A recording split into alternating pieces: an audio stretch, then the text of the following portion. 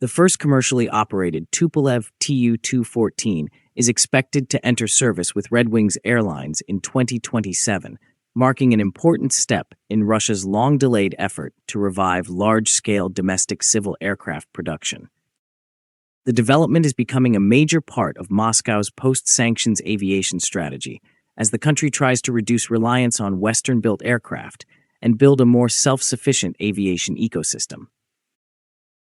Russia's aviation industry is now dealing with sanctions, supply chain disruptions, certification problems, and manufacturing bottlenecks, while also trying to replace aging Boeing and Airbus fleets. United Aircraft Corporation has confirmed that the first batch of 11 Tu-214 aircraft will be delivered through a state-backed leasing mechanism financed by Russia's National Welfare Fund. And honestly, this is no small industrial task. Rebuilding aircraft production capacity is not something that happens overnight. The Tu-214 program has gradually turned into a visible symbol of Russia's broader industrial sovereignty ambitions.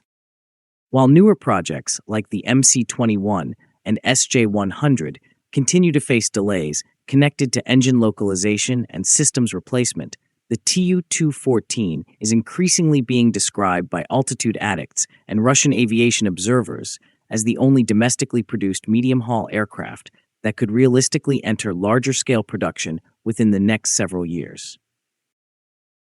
And that brings us to why the Tu-214 suddenly matters again in the present day. The aircraft itself is not new. The Tu-214 first entered service decades ago as a modernized derivative of the Soviet-era Tu-214 family. But geopolitics changed the equation completely. Before sanctions intensified, Russian airlines preferred Western aircraft like the Boeing 737 and Airbus A320 because of their fuel efficiency, operational economics, and extensive global support networks. Then the sanctions environment changed everything. Western restrictions disrupted aircraft deliveries, maintenance support, spare parts access, and long-term fleet planning for Russian airlines. Moscow responded by accelerating import substitution programs across the aerospace sector. In that environment, the Tu-214 transformed from what many considered an aging legacy aircraft into a strategic industrial asset. Russian Prime Minister Mikhail Mishustin previously announced that certification work on the latest Tu-214 configuration was completed in late 2025. That certification allowed production expansion plans to move forward. The aircraft is now one of the few Russian-certified jetliners potentially available for near-term deployment. It sounds straightforward when said quickly. It definitely is not straightforward behind the scenes. And this is where Red Wings enters the story in a very important way. The decision to hand the first commercial Tu-214 aircraft to Red Wings is seen inside Russia as both practical and symbolic. Unlike many carriers that fully transitioned to Western fleets, Red Wings historically operated Russian-built aircraft and maintained familiarity with the Tu-204 family. The airline also already has limited operational experience with the Tu-214 itself, including restored aircraft that once belonged to the now-defunct Transaero airline. Crew training systems, operational procedures, and maintenance familiarity already exist inside the company. That reduces some transition risks compared to airlines operating only Western-built aircraft.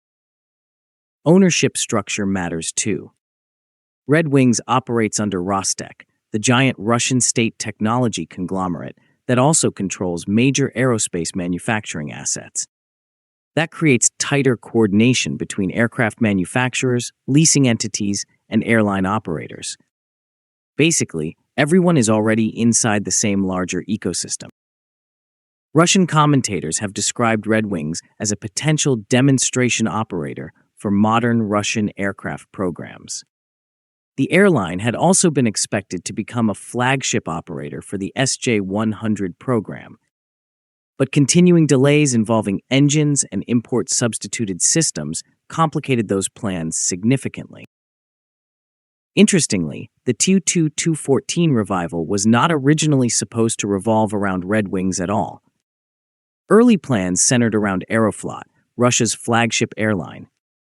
Aeroflot was expected to become the launch operator for several next-generation domestic aircraft types. But things did not go according to plan.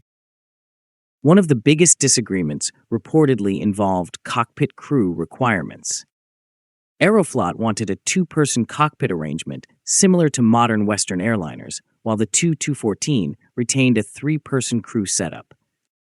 Combined with ongoing delivery delays, Aeroflot's enthusiasm for the program began to fade.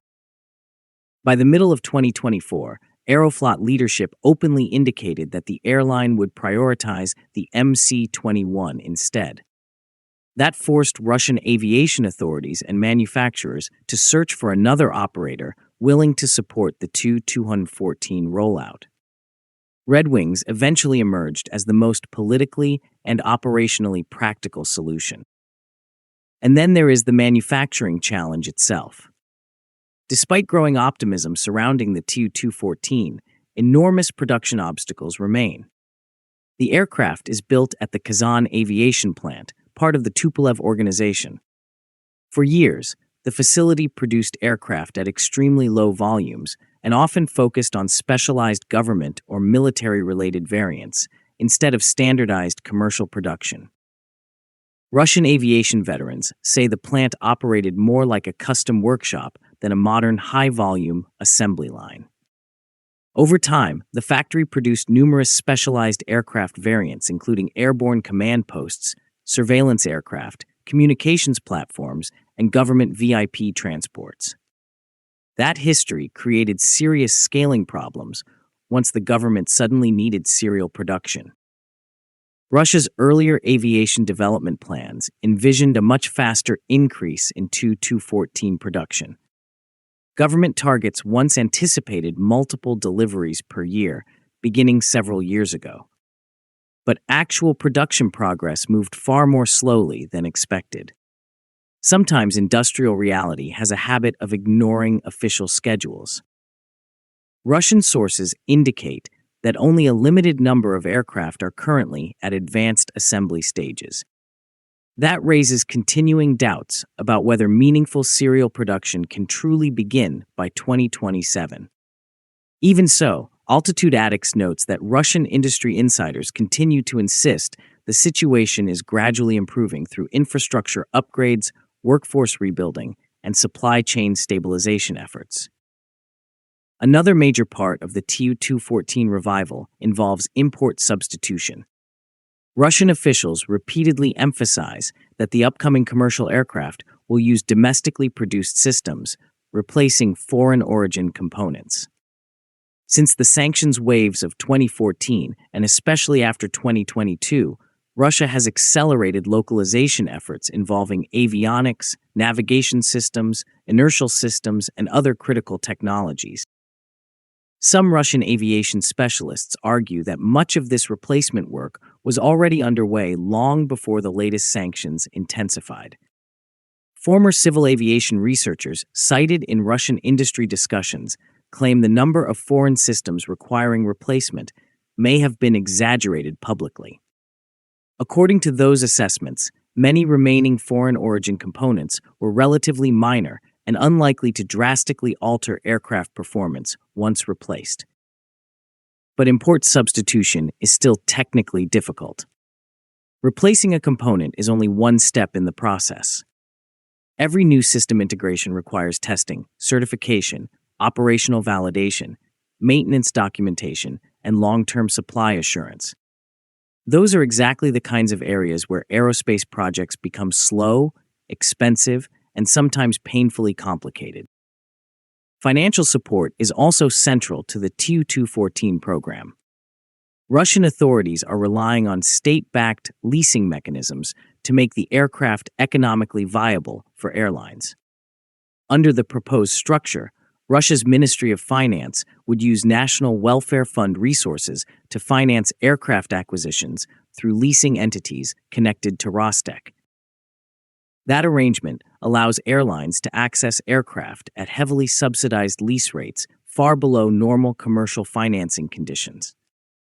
Russian reports suggest these leasing structures were specifically designed to compensate airlines for the operational risks associated with introducing new domestically produced aircraft into service. And really, this highlights a larger reality about Russia's aviation sector right now. Domestic aircraft programs are no longer driven purely by market economics. They are increasingly tied to strategic national priorities involving transportation, independence, industrial sovereignty, and sanctions resilience. The Tu-214 revival also highlights the difficulties facing Russia's newer aircraft programs. The Irkut MC-21 remains Moscow's flagship next-generation airliner project, while the Sukhoi Superjet replacement effort continues under the SJ-100 designation. Both programs, however, have experienced major disruptions linked to sanctions, especially involving engines, avionics, and composite materials. Production schedules for those aircraft have repeatedly slipped. As a result, some Russian aviation observers now argue that the Tu-214 may be the only practical domestically produced medium-haul aircraft capable of broader operational deployment within the next 5 years. That does not automatically mean the aircraft is technologically superior. Critics inside Russia continue to argue that the Tu-214 remains less efficient than modern Airbus and Boeing aircraft in terms of operational economics and fuel consumption. Supporters respond by saying that availability and independence now matter more than achieving perfect technological parity. Russia is also exploring significantly larger Tu-214 production ambitions beyond Red Wings. United Aircraft Corporation and leasing partners have reportedly discussed a potential agreement involving up to 100 Tu-214 aircraft for S-7 airlines. Negotiations are reportedly in advanced planning stages, with deliveries potentially beginning around 2029. If that agreement moves forward, it could become one of the largest commitments ever made for the Tu-214 family, and could reshape Russia's commercial aviation manufacturing sector. But skepticism remains widespread. Questions continue over whether the industrial base can realistically sustain production at those scales. And yes, funding remains a huge issue too. Russian officials estimate that broader aviation development programs may require trillions of rubles in additional financing. Altitude Addicts observes that the scale of the challenge now extends far beyond simply assembling aircraft. It involves rebuilding supply chains, industrial capacity, workforce skills, certification systems, and long-term operational support structures almost simultaneously. Ultimately, the Tu-214 program has evolved into something much larger than a conventional commercial aviation project.